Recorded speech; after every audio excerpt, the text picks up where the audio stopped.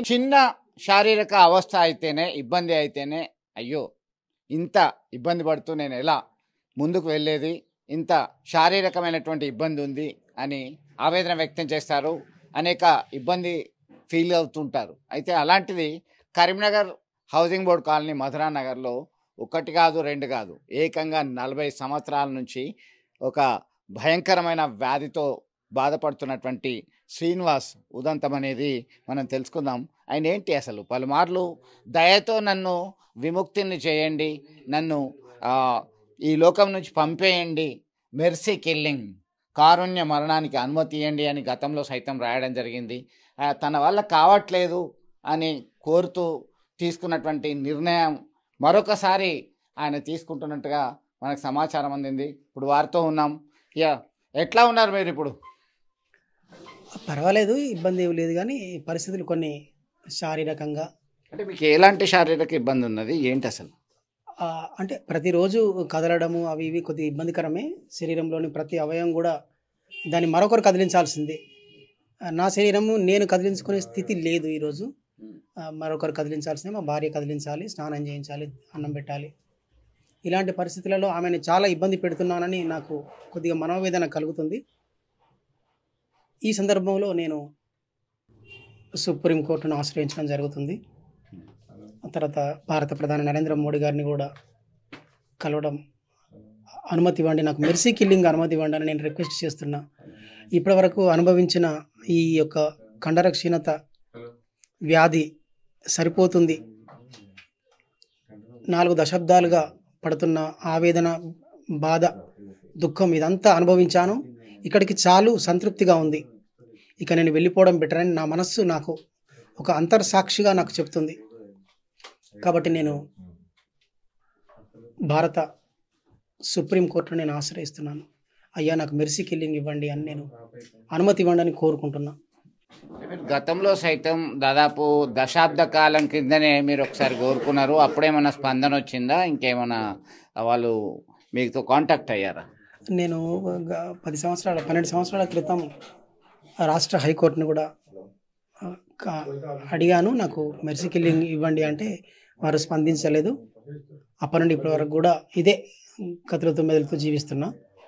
ఇప్పుడు తట్టుకునే పరిస్థితి అంటే పరిస్థితుల దృష్ట్యా నేను పడే ఆవేదన అది కొన్ని చెప్పలేనివి ఉన్నాయి. శరీరం ఓ రాత్రిపూట కదలాలంటే కష్టం, ఓ పగటిపూట కదలాలంటే కష్టం. ఇవన్నీ భరించడం నా వల్ల కొద్దిగా ఇబ్బందికరంగానే ఉంది. కాబట్టి నేను ఆనందంగా వెళ్ళిపోవడానికి సుప్రీంకోర్టును ఆశ్రయిస్తున్నాను. ఆనందంగా మరణించాలని నేను నరేంద్ర మోడీ గారిని అభ్యర్థిస్తున్నాను. మనం చూస్తున్నాం, నాకు చనిపోవడానికి అవకాశం ఇవ్వాలి, మెర్సీ కిల్లింగ్ అవకాశం ఇవ్వండి, సుప్రీంకోర్టు ప్రధాన న్యాయమూర్తి ప్రధానమంత్రికి విన్నపం. ఇట్లు కట్ల శ్రీనివాస్, ఇది పేరు కట్ల శ్రీనివాస్, హౌసింగ్ బోర్డ్ కాలనీలో ఇదే శారీరకమైనటువంటి రుగ్మత, మస్క్యులర్ డిస్ట్రోఫీ, కండరాల క్షీణత అనేటువంటి వ్యాధితో బాధపడుతున్నారు. అంటే మీరు ఇప్పుడు మెడిసిన్ వాడుతున్నారా? వైద్యులు ఏం చెప్పారు ఫైనల్గా మీకు? దాదాపుగా మందులంటూ ఏమీ లేవు. ఈ కండర క్షీణత వ్యాధికి మందులంటూ ఏమీ లేవు. దీనికి చికిత్స కూడా ఏమీ లేదు. దాదాపుగా మాకు ఎప్పటికప్పుడు నిమ్స్ నుంచి వెళ్ళి ఇన్ఫర్మేషన్ వస్తూ ఉంటుంది. మందులంటూ ఏమీ లేవు. ఇక ఆత్మస్థైర్యంతో బతకడం తప్ప వేరే ఆప్షన్ లేదని చెప్తారు. నేను కూడా ఛాలెంజ్గా తీసుకున్నాను. ఒక ధైర్యంగా, ఒక మొక్కబోని ధైర్యంగా జీవిస్తున్నాను. ఇప్పుడు ఈ ఛాలెంజ్గా తీసుకొని ఈ శారీరక పరమైనటువంటి రుగ్మతతోని ఎన్ని సంవత్సరాల నుంచి లైఫ్ లీడ్ చేస్తున్నారు? నాకు 16వ ఏట అంటే 1986 నుంచి నేను ఈ అవస్థను అప్పటి నుండి నేను చూస్తున్నాను. ఇప్పటి వరకు 40 సంవత్సరాలు గడిచిపోయింది. ఇక నా బాధ వర్ణనాతీతం.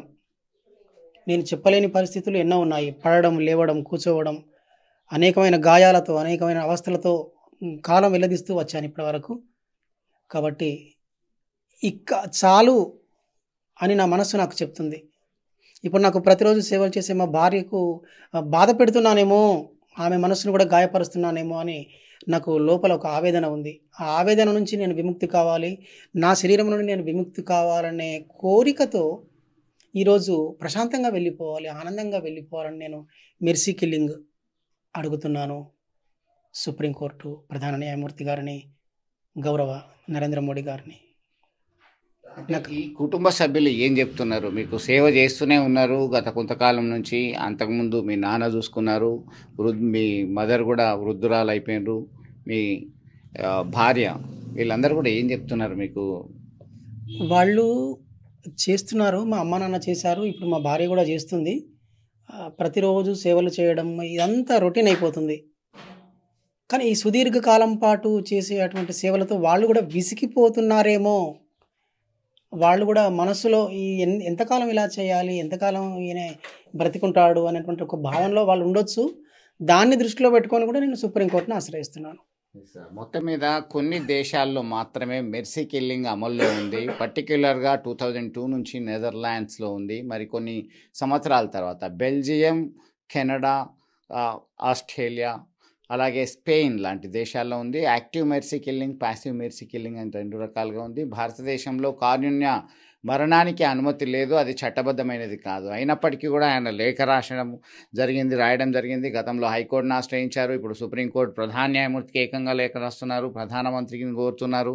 తనకి దయతో మరణాన్ని ప్రసాదించండి, నాకు వల్ల కావట్లేదు, కుటుంబ సభ్యులను నేను ఇబ్బంది పెడుతున్నానేమో అనుకుంటున్నాను. Humbly appeal to the honourable prime minister of India and the honourable chief justice of India and to consider my situation. I have lived with muscular dystrophy for nearly 40 years, and as I am nearly 60 years old, my condition is worse to the point that daily life has become extremely difficult. చాలా ఇబ్బందికరమైనటువంటి వాతావరణం ఉంది. నాకు రోజువారీ కార్యక్రమాలు కొనసాగించడం కూడా నా వల్ల కావట్లేదుగా, నన్ను దయతో చంపేసేయండి. ఒక రకంగా ఆయన అప్పీల్ చేస్తున్నాడు. నాకు బలవన్మరణం అంటే ఇష్టం లేదు, కానీ కారుణ్య మరణాన్ని మాత్రం ప్రసాదించండి, నాకు చాలు. ఈ 40 years నుంచి డిస్ట్రోఫియా, మస్క్యులర్ డిస్ట్రోఫియా వ్యాధితో నేను బాధపడుతున్నా అని చెప్పేసి హంబుల్గా రిక్వెస్ట్ చేస్తున్నటువంటి పరిస్థితి. తనని ఆదుకోవాలంటే వైద్య రంగం ఇంత ఆధునాతనమైనటువంటి మోడర్నైజ్డ్ మెడిసిన్ కూడా ఏమీ చేయలేని పరిస్థితి. ఇక మందులే లేవు అని చెప్పి నిర్ధారించబడింది. అలాగే ఇటు శారీరకమైన, ఆర్థికపరమైనటువంటి అంశాలు, మానసికపరమైనటువంటి అంశాల మీద కూడా ప్రభావం చూపుతున్నాయి. దీంతో కుటుంబ సభ్యులు, వృద్ధురాలైపోయింది తల్లి, భార్య అక్కడిక్కడ పనిచేస్తే కానీ కుటుంబం నడిచే పరిస్థితి లేదు. ఇలాంటి సిచ్యువేషన్లో నేను ఎందుకు ఇక ఉండడం అనేటువంటి ఈ అపీల్ చేస్తున్నటువంటి పరిస్థితి అయితే మనం గమనిస్తున్నాం. వీడియో జర్నలిస్ట్ సుమంత్తో కలిసి. అసలైన తొలి వెలుగు. ఫాలో వాట్సాప్ @తొలి వెలుగు అఫీషియల్.